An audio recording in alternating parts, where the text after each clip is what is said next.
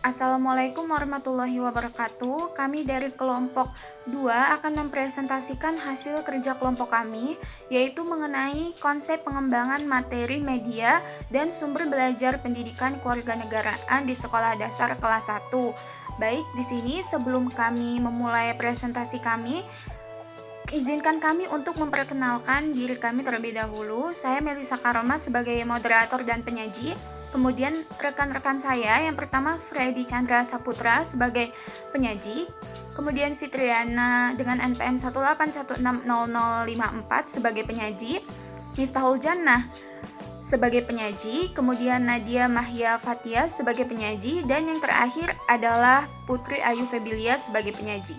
Baik, untuk penjelasan yang pertama akan dijelaskan oleh rekan kami, yaitu saudari Nadia Mahya Fatia.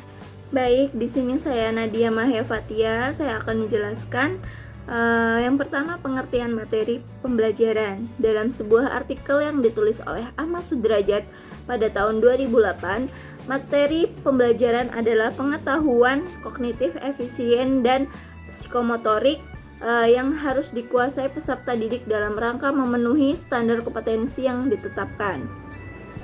Materi pembelajaran dipilih seoptimal mungkin untuk membantu peserta didik dalam mencapai standar kompetensi dan kompetensi dasar. Lalu ada jenis-jenis materi pembelajaran.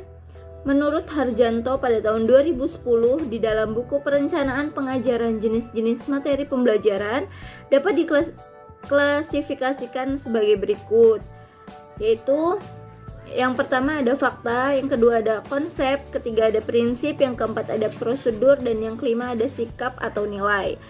Lalu yang B, prinsip-prinsip pengembangan materi. Prinsip-prinsip yang dijadikan dasar dalam penentuan materi pembelajaran adalah: yang pertama ada relevansi, yang kedua konsistensi, yang ketiga mengandung segi-segi etik, yang keempat ada ilmiah, yang kelima sistematik dan logis, yang terakhir itu ada adequacy atau kecukupan. Baik, di sini saya Melisa Karoma akan menjelaskan mengenai konsep pengembangan materi pembelajaran pada mata pelajaran pendidikan kewarganegaraan. Jadi, dalam kurikulum 2013, konsep proses pembelajaran pelaksanaan pembelajaran di jenjang sekolah dasar menerapkan suatu pendekatan pembelajaran terpadu, yaitu dinamakan dengan pembelajaran tematik. Jadi pembelajaran tematik ini merupakan suatu pendekatan dalam pembelajaran dengan secara sengaja mengaitkan beberapa aspek atau baik itu dalam intra mata pelajaran maupun dalam antar mata pelajaran. Maka dari itu, pengembangan materi pembelajaran khususnya dalam mata pelajaran pendidikan kewarganegaraan ini harus disesuaikan dengan perkembangan kognitif, afektif, dan psikomotorik siswa maupun tingkatan usia siswa. Berdasarkan materi pembelajaran hidup rukun dalam kemajemukan keluarga pada mata pelajaran pendidikan kewarganegaraan di kelas 1 sekolah dasar terdapat dalam muatan tema 1, yaitu hidup rukun. Jadi materi pembelajaran hidup rukun dalam kemajemukan keluarga ini terdapat pada tingkatan sekolah dasar kelas 1. Yang pertama, yaitu materi yang dibahas adalah pengertian kemajemukan, kemudian pengertian hidup rukun, lalu pengertian hidup rukun dalam kemajemukan keluarga, lalu contoh-contoh bentuk hidup rukun dalam kemajemukan keluarga, kemudian pentingnya penerapan sikap hidup rukun dalam kemajemukan keluarga. Baik, nama saya Freddy Chandra Saputra, NPM 18160098. Di sini saya akan menjelaskan tentang pengertian media pembelajaran. Menurut Lulita di dalam bukunya halaman 14, media pembelajaran adalah segala sesuatu yang dapat digunakan untuk menyalurkan pesan atau bahan pembelajaran sehingga dapat merangsang perhatian, minat, dan perasaan siswa dalam kegiatan belajar untuk mencapai tujuan pembelajaran tertentu. Selanjutnya, fungsi media pembelajaran. Pertama, penggunaan media pembelajaran dalam proses belajar mengajar mempunyai fungsi sebagai alat bantu untuk mewujudkan situasi belajar yang efektif. 2. Penggunaan media dalam proses pengajaran lebih diutamakan mempercepat proses belajar mengajar dan membantu siswa dalam memahami penjelasan dari guru.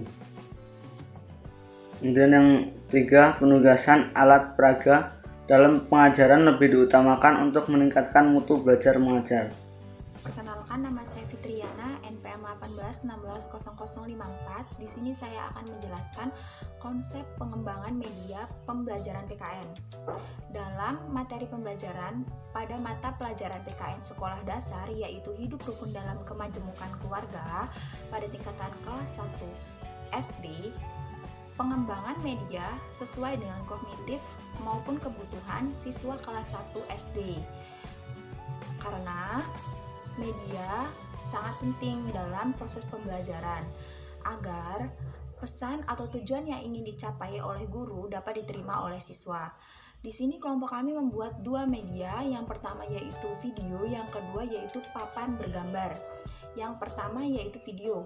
Dalam video pembelajaran terdapat sebuah animasi yang diberikan suara dan tulisan sesuai dengan materi hidup rukun dalam kemajemukan keluarga.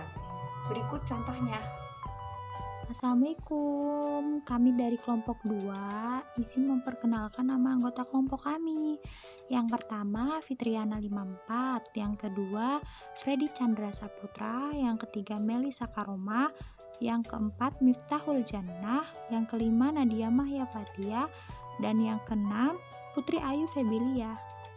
Hari ini kita belajar PKN ya, tentang hidup rukun dalam kemajemukan keluarga.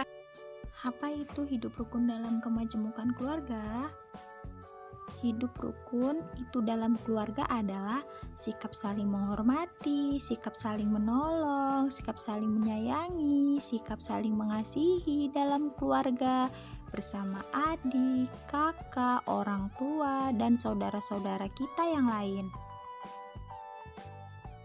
Kemajemukan artinya keberagaman. Jadi, dalam keluarga kita pasti ada keberagaman, baik dalam ciri fisik, hobi, maupun kebiasaan. Contoh ciri fisik seperti tinggi badan, contoh hobi seperti melukis dan menyanyi, contoh kebiasaan seperti bisa tidur pada saat lampu dimatikan dan tidak bisa tidur pada saat lampu dimatikan. Jadi, hidup rukun dalam kemajemukan keluarga artinya hidup secara damai dan tentram dalam berbagai keberagaman dalam sebuah keluarga. Contohnya yaitu 1. Hargai perbedaan dalam keluarga seperti membeli baju baru. 2. Melakukan kerja bakti di rumah. 3. Belajar bersama. 4. Berangkat sekolah bersama. Dan yang kelima, membantu pekerjaan ibu di rumah. Itulah pembelajaran hari ini. Wassalamualaikum warahmatullahi wabarakatuh. Yang kedua yaitu media papan bergambar. Alat dan bahannya yang pertama yaitu styrofoam, yang kedua double tip, yang ketiga yaitu gambar print out, yang keempat yaitu kardus, yang kelima kertas tebal buffalo, yang keenam yaitu kertas origami, yang ketujuh gunting, dan yang kedelapan lem fox. Media gambar ini terdapat sebuah gambar sesuai dengan materi yaitu hidup rukun dalam kemajemukan keluarga. Cara bermainnya yang pertama yaitu dengan bernyanyi berantai, di mana semua siswa diminta untuk bernyanyi dan akan mendapatkan sebuah benda secara bergantian. Jika lagu tersebut berhenti dan salah satu siswa memegang benda, maka siswa diminta untuk maju ke depan. Di sini guru meminta 7 siswa untuk maju ke depan. Jika sudah terkumpul 7 siswa di depan kelas, maka guru meminta siswa yang berada di depan kelas untuk menentukan mana yang merupakan hidup rukun dalam kemajemukan keluarga dan mana yang bukan. Jika siswa sudah menentukan pilihan atau jawabannya, maka Guru akan memberikan sebuah kartu bergambar centang, di mana jika siswa memilih iya, maka kartu gambar centang tersebut ditempelkan di kolom iya. Jika siswa memilih tidak, maka kartu bergambar centang tersebut ditempelkan di kolom tidak. Berikut contoh gambarnya.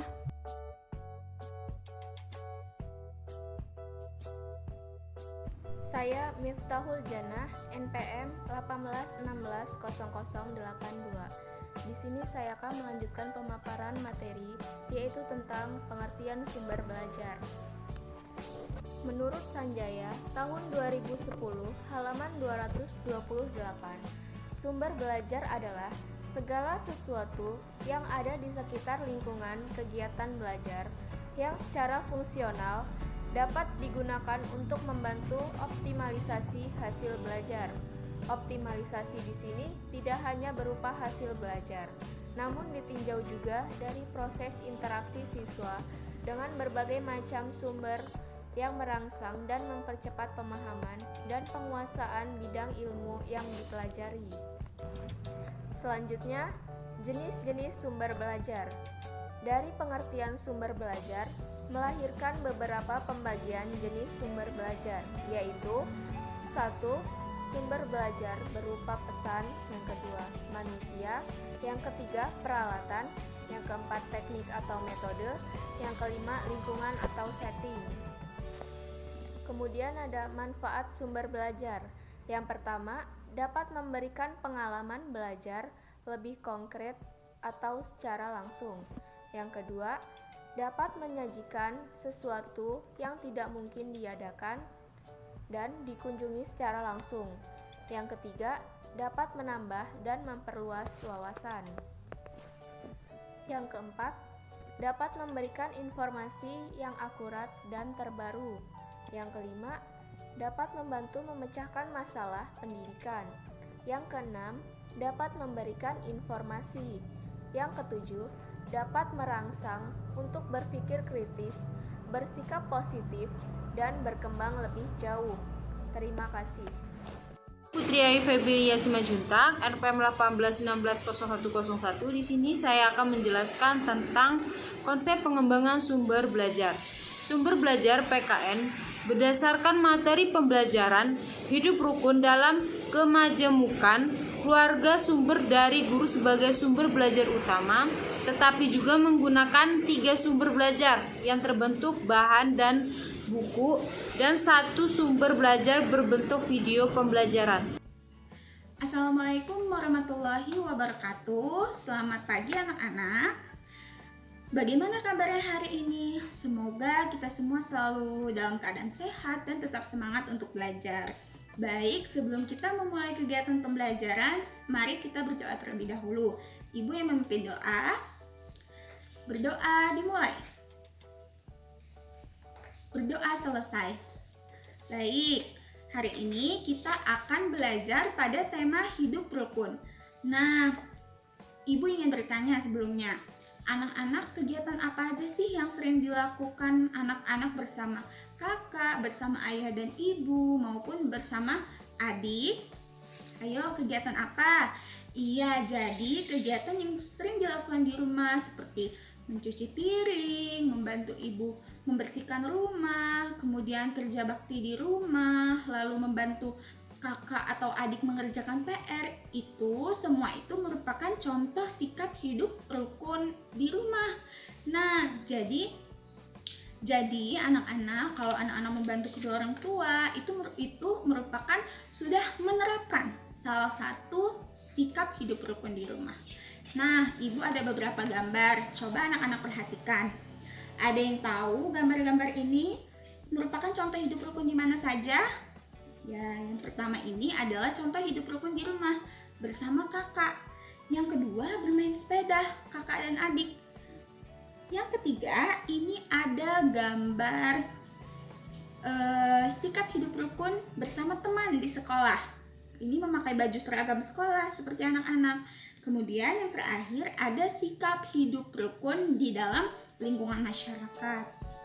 Nah, pada kali ini kita akan belajar tentang sikap hidup rukun di dalam keluarga. dalam kemajemukan keluarga tepatnya. Nah, sebelumnya Ibu ingin tanya nih, siapa yang tahu apa itu hidup rukun? Oke, benar. Jadi, hidup rukun itu merupakan hidup secara tentram, hidup secara damai, dengan saling menyayangi, dengan saling menghormati, menghargai, mengasihi dengan sesama anggota keluarga kita di rumah, bersama kakak, adik, ayah, ibu, paman maupun bibi. Ya, itu dinamakan dengan hidup rukun. Nah, anak-anak sudah tahu ya apa itu hidup rukun? Kita bahas nih, apa itu kemajemukan? Iya, jadi kemajemukan itu adalah keberagaman. Artinya keberagaman. Nah, dalam sebuah keluarga pasti kita memiliki berbagai macam hobi, kemudian kebiasaan, lalu adat istiadat juga. Pokoknya yang namanya kemajemukan itu adalah suatu keragaman. Yang namanya dalam keluarga pasti kita memiliki berbeda-beda hobi, kebiasaan, ras, suku, dan lain-lain ya anak-anak. Oke, jadi Ibu simpulkan nih, sikap hidup rukun dalam kemajemukan keluarga itu adalah sikap hidup dengan tentram, damai, saling menghormati, saling menyayangi dalam keberagaman yang ada di dalam sebuah keluarga. Baik, supaya anak-anak menjadi lebih paham apa itu hidup rukun dalam kemajemukan keluarga, Ibu ada sebuah video pembelajaran ya. Coba anak-anak amati dan kemudian nanti beritahu ke Ibu apa saja sih isi dari video yang kalian amati. Oke, selamat menonton. Alhamdulillah semuanya sudah menonton dengan baik ya, sudah menyimak videonya dengan baik. Ada yang tahu tidak apa sih isi video pembelajaran yang Ibu sajikan tadi yang sudah anak-anak tonton? Iya, jadi video pembelajaran yang sudah Ibu sajikan tadi itu membahas mengenai apa sih itu hidup rukun dalam kemajemukan keluarga. Iya, seperti apa contohnya? Jadi hidup rukun dalam kemajemukan keluarga seperti yang sudah Ibu jelaskan tadi, bahwa hidup rukun dalam kemajemukan keluarga itu hidup secara damai dalam keberagaman yang ada di dalam sebuah keluarga, seperti saling menyayangi, saling mengasihi, saling menghormati dan menghargai bersama kakak, ayah, dan ibu. Contoh-contohnya apa saja tadi? Seperti kakak dan adik belajar bersama, kemudian kerja bakti di rumah, lalu juga membantu kedua orang tua, dan hargai perbedaan, baik itu dengan kakak, ayah, dan ibu. Contohnya seperti kita membeli baju baru, pasti kita memiliki perbedaan atau kesukaan masing-masing, entah warna atau yang lain-lain. Itu yang dinamakan dengan sikap hidup rukun dalam kemajemukan keluarga. Baik, selanjutnya di sini Ibu ada sebuah media, sebuah gambar. Gambar-gambar ini adalah gambar-gambar contoh sikap hidup rukun dalam keluarga dan mana yang bukan merupakan sikap hidup rukun. Di sini anak-anak, coba anak-anak tentukan mana yang hidup rukun dan mana yang bukan. Yaitu kalau anak-anak setuju dengan menjawab ya misalnya yang pertama merupakan contoh hidup rukun, maka anak-anak letakkan kartu checklist di bagian ya. Jika bukan, maka anak-anak harus meletakkannya di bagian tidak. Yuk kita mulai ya. Nah, untuk gambar yang pertama, ini merupakan contoh hidup rukun atau bukan? Bukan. Jadi ini checklist ini kita letakkan di bagian tidak. Yang kedua, untuk gambar ini seperti kerja bakti di rumah. Nah, iya benar sekali. Jadi ini merupakan contoh sikap hidup rukun di rumah. Yuk kita tempel. Tempel di mana? Yaitu di bagian ya. Selanjutnya ada yang ketiga. Nah, gambar yang ketiga ini merupakan contoh hidup rukun atau bukan? Bukan. Jadi kartu checklist ini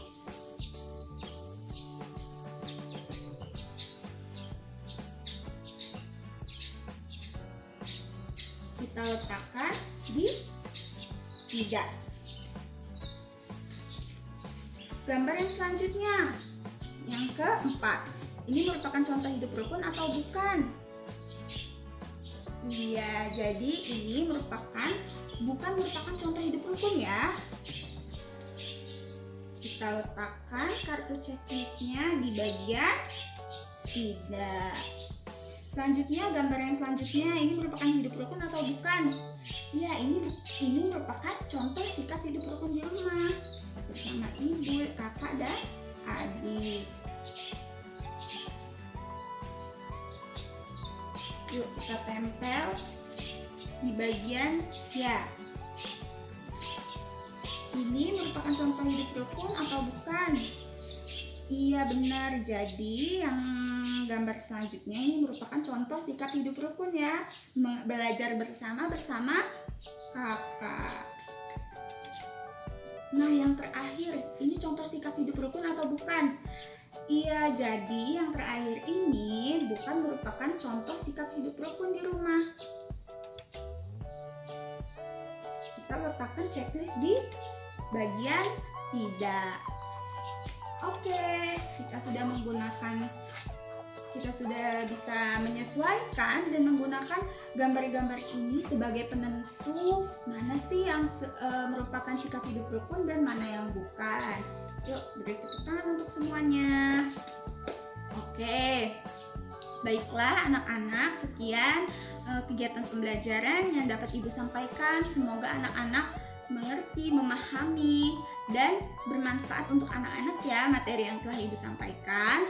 Baik, sekian Ibu akhiri. Wassalamualaikum warahmatullahi wabarakatuh. Baik, sekian presentasi dari kelompok kami. Mohon maaf jika ada salah kata dan kepada Allah kami mohon ampun. Kami akhiri. Wassalamualaikum warahmatullahi wabarakatuh. Terima kasih.